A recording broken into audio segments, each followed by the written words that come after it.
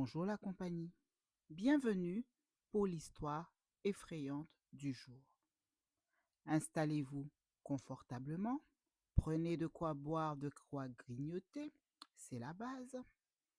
Likez, commentez, abonnez-vous, mais surtout partagez. Plus vous partagerez, plus les vidéos seront vues et plus ça me donnera envie de continuer à vous raconter des histoires. Jingle.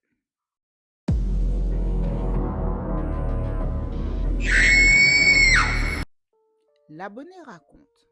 Je suis de Guadeloupe. À cette époque, j'étais enceinte et environ tous les mois, je me rendais chez le gynécologue. Ce jour-là, ma mère m'accompagne. Nous prenons le bus et nous arrivons à Pointe-à-Pitre.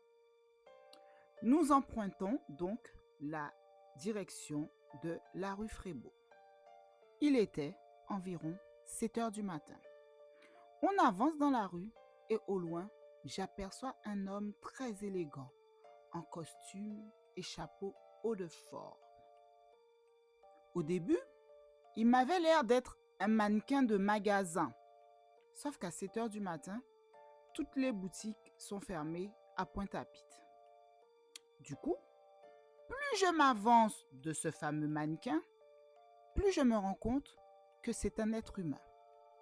Lorsque je suis arrivée au niveau de cet homme, je retourne la tête vers lui et je lui dis bonjour par politesse. Sauf que lorsque mes yeux sont tombés dans les siens, je m'aperçois que l'entièreté des yeux de ce monsieur est bleu clair, comme le ciel un beau jour ensoleillé.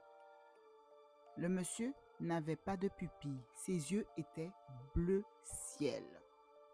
Quand je lui ai dit bonjour, il ne m'a pas répondu et il tournait sa tête de droite à gauche, comme s'il cherchait quelqu'un ou comme s'il était perdu.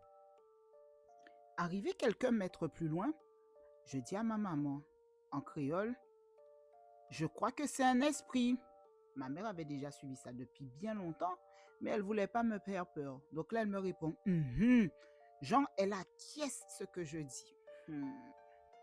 Tout d'un coup, j'entends les pas de cette chose derrière nous en train de nous suivre. Je dis à ma mère, maman, la chose, le monsieur, le truc est en train de nous suivre. Ma mère, toujours dans l'idée de ne pas me paniquer, me dit, mais non, mais on accélère quand même le pas. Plus on accélère le pas, plus on entend les pas de cette chose accélérer derrière nous.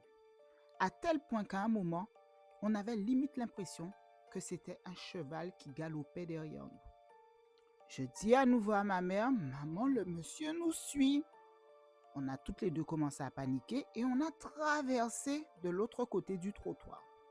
Ma mère était déjà en train de prier en disant, bon Dieu, faites que je rencontre quelqu'un que je connais, faites que je rencontre quelqu'un que je connais. Comme dit, comme fait, quelques mètres plus loin, ma mère tombe sur une ancienne collègue à elle. Et on reste à parler avec la dame. Quand le truc derrière nous a vu qu'on s'est arrêté pour parler à quelqu'un, la chose nous a traversé, ne s'est pas retournée, ne nous a pas regardé. Quand on a décidé de laisser la dame, on a changé notre chemin. On est passé dans une autre petite ruelle parallèle à la rue Frébeau en espérant ne pas retomber sur ce monsieur-là. Mais il faut savoir qu'à chaque fois qu'on passait dans un croisement, j'avais peur de me retrouver face à face avec l'esprit qui nous avait suivis. J'avais une boule au ventre, vous ne pouvez pas imaginer. Dieu merci, on ne l'a pas recroisé et j'ai fini par arriver à mon rendez-vous.